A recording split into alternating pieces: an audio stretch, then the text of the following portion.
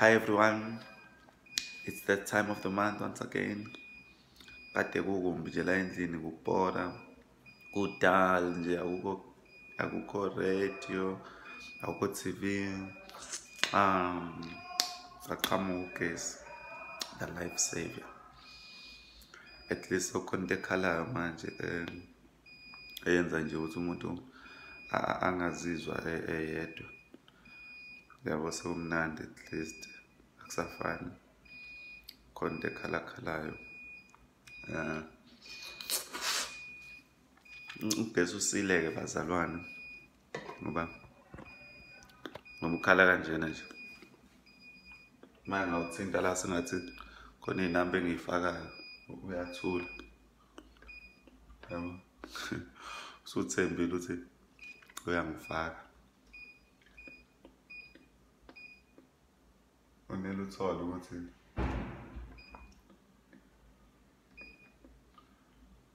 uthole ukuthi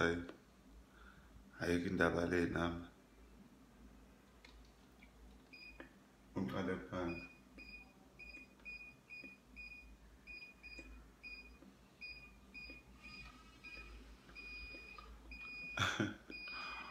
unele uthole ukuthi ayikho indaba ley'namba uqale phansi ukhala ufana nengane nje ugesi wena wabona ingane mayikhalela into uyinike bese iyathula bese iyabona ukuthi akusiyona le ibikhalela qale phansi ikhala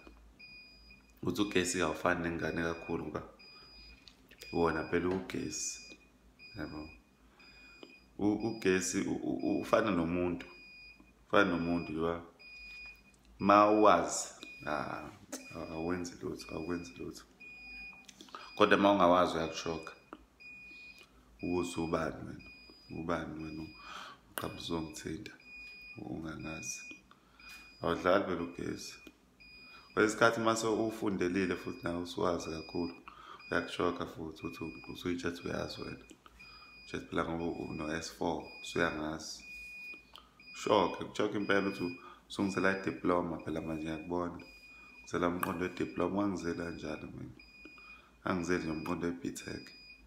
ngizela i-BTech yini i-BTech gesi lo awuthathi kancane ukuthi uyingane ukushaya ingane unjalo ukuthethe angiyona inyoka phela mina kule kuthiwa ayinenzi lutho kwasanyoka leyo mina nje ngiyikhahlela umuzo uyinyoka siphi manje inyoka nomzekezelo osindela imask udlala mina